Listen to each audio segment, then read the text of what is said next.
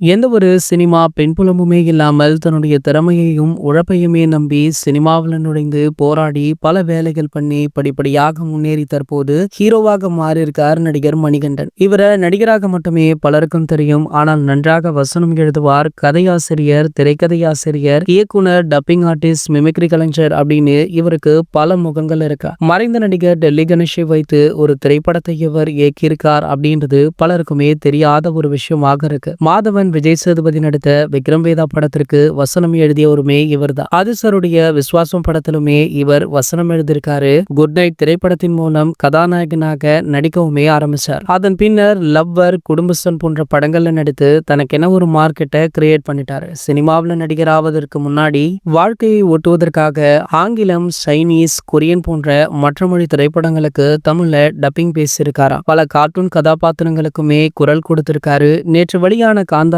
Chapter 1 திரைப்படத்துல தமிழ் வெர்ஷனுக்கு அந்த படத்துடைய ஹீரோ ரிஷப் ஷெட்டிக்கு குரல் கொடுத்தவரே நம்ம மணிகண்டன் தானா. இந்த நிலையில ஊடகம் ஒன்றில் பேசிய ரிஷப் ஷெட்டி அவர்கள், மணிகண்டன் அதிசர் போல மிமிக்ரி செய்து பேசிய வீடியோ ஒன்றை நான் பார்த்தேன். அதிசர் இளமையாக இருக்கும் போதும் அதன் பின்னர் அவருடைய குரல் மாறிய போதும் அப்படின்னு 2 வெர்ஷன்ல குரல்களை அசத்தலாக பேசியிருந்தாரு. எனவே அவருக்கு ஏதாவது செய்ய வேண்டும் அப்படின்னு ஆசைப்பட்ட ஒரு டப்பிங் கலைஞர் குரல் மட்டும்தான் கொடுப்பாரு. ஆனா ஒரு நடிகரால தான் ஒரு கதாபாத்திரத்திற்கு உயிர் கொடுக்க முடியும். சோ அந்த வகையில காந்தாரா சாப்டர் 1 தமிழ்ல என்னுடைய கதாபாத்திரத்திற்கு மணிகண்டன் உயிர் கொடுத்திருக்கார் அப்படின்னு புகழ்ந்து தள்ளியும் இருக்கார். சோ ரிஷப் செட்டி பேசிய இந்த வீடியோ பாத்தீங்கன்னா சோஷியல் மீடியாக்கள்ல படு வைரலுமே ஆகிட்டு இருக்கு. இது போன்ற சினிமா செய்திகளை பற்றி நீங்க உடனே தெரிஞ்சுக்க நம்மளுடைய சேனலை மறக்காம சப்ஸ்கிரைப் பண்ணிக்கோங்க.